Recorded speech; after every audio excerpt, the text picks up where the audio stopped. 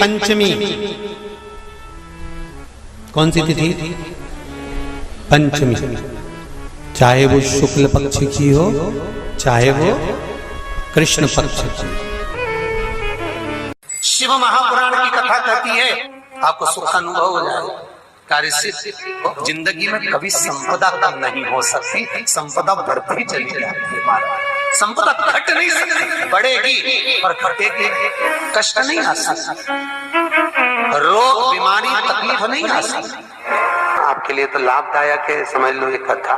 शास्त्र कहता है कि जिसके घर में संपदा की कमी हो, पैसा आ ही नहीं रहा हो, सब दूर उलझ गया हो, बहुत टेंशन चल रहा हो, पंचमी तिथि के दिन गन्ने का रस जानते हो? ईख का रस, गन्ने का रस तुलसी जी के क्यारे में हाथ में लेकर 7 बार अपना नाम और गोत्र बोलकर छोड़ दो। जिंदगी में 3 साल में तो करोड़पति बनकर बैठ जाओगे, कभी लक्ष्मी की कमी नहीं आ सकती। तैयारी में बैठे रहोगे कि फिर पंचमी तिथि आए। हमारे यहाँ सांपों की पूजन कौन से दिन होती है, कौन सी तिथि में करते हैं? जम के बोलो जरा। नाग पंचमी। नाग पंचमी का मतलब क्या है? सांपों की पूजन करो। नाग पंचमी का मतलब होता है शंकर जी के मंदिर में जाकर 1 लोटा जल समर्पित कर दो। उसका कारण क्या है कि हमारे परिवार में, हमारे कुटुंब में, परिवार में कोई 7 पीढ़ी के अंतर्गत भी अगर कोई जीव तड़प रहा होता है, पड़ा हुआ होता है, उसकी मुक्ति नहीं होती है, तो पंचमी का चढ़ा हुआ जल उस जीव को प्राप्त हो जाता है और वो जीव तर जाता है, उसका फिर जन्म नहीं होता। वो तर संपदा के लिए अर्थात जिसका व्यापार नहीं चलता, जिसके घर में पैसा नहीं आता, या नौकरी नहीं लग रही, या सर्विस नहीं लग रही, आप अप्लाई कर रहे हो, जगह जगह जाकर इंटरव्यू भी दे रहे हो और पैसा नहीं आता, तो उसके लिए भी प्रयास किया जाता है। पर उसके लिए यहाँ पर जो धन के लिए करते हैं, उसके लिए विष्णुपदी के लिए करते हैं। मतलब जैसे गंगा के जल में तुलसी के 11 पत्ते डाले जाते हैं और उसको किसी भी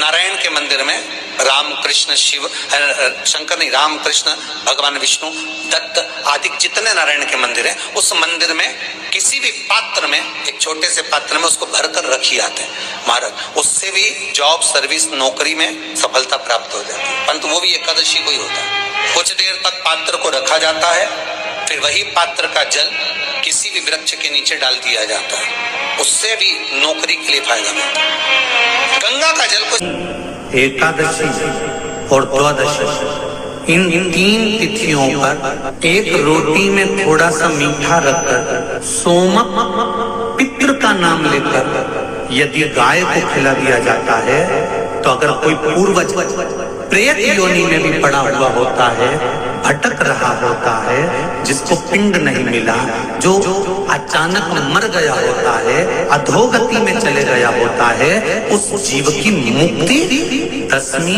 एकादशी और द्वादशी, ये 3 दिन सोमक पितृ का नाम लेकर रोटी में, पूड़ी में मीठा रख कर गाय को खिला दिया जाता है। ये 3 दिन तक तो वो पितृ कभी भटकते नहीं है, उनको मुक्ति प्राप्त हो जाती है मोक्ष में। दशमी की रात्रि के 12 बजे घी का दिया हथेली में रखकर, दरवाजे के बाहर उस दिए को हथेली में रखकर चंद्र का दर्शन रात्रि के 12 बजे दिए की लो में चंद्र का दर्शन करते हैं, उससे ज्योत प्रबल होती है हमारे।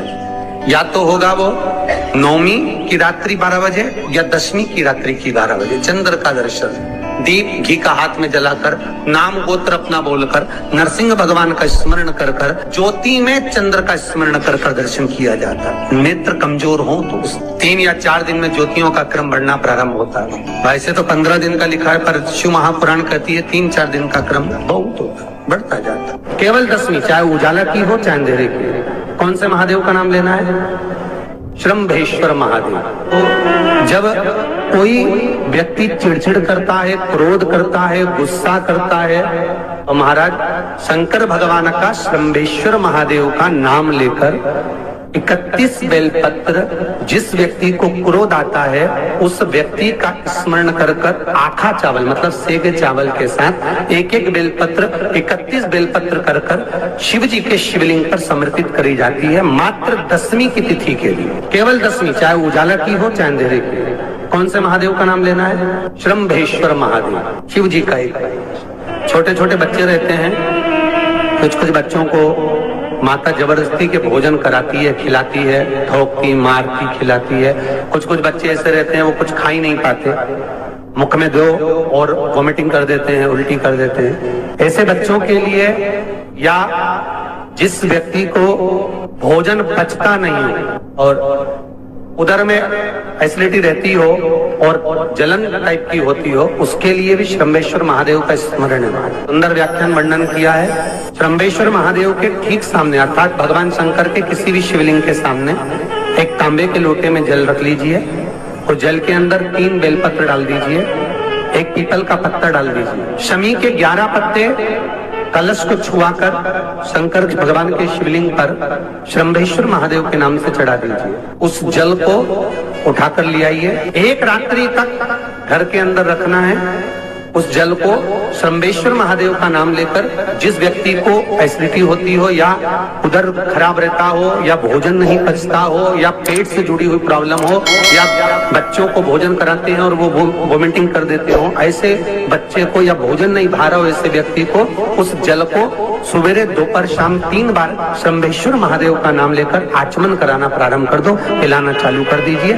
3 या 4 दिन पिलाओगे, अपने आप उदर में भी आनंद रहेगा, बच्चा भोजन करना भी प्रारंभ कर देगा। श्रंभेश्वर जिसको साइटिका की बीमारी होती है या स्लिप डिस्क की बीमारी होती है या कमर की रीढ़ की हड्डी कहीं बांकी टेढ़ी होने लगती है या नसें चोक होने लगी हों, काम ना कर रही हों, तो उसके लिए कुंदकेश्वर महादेव पर आप कोई भी सफेद कलर के पुष्प भगवान शंकर के मंदिर में कुंदकेश्वर के नाम से 31 फूल समर्पित करना है।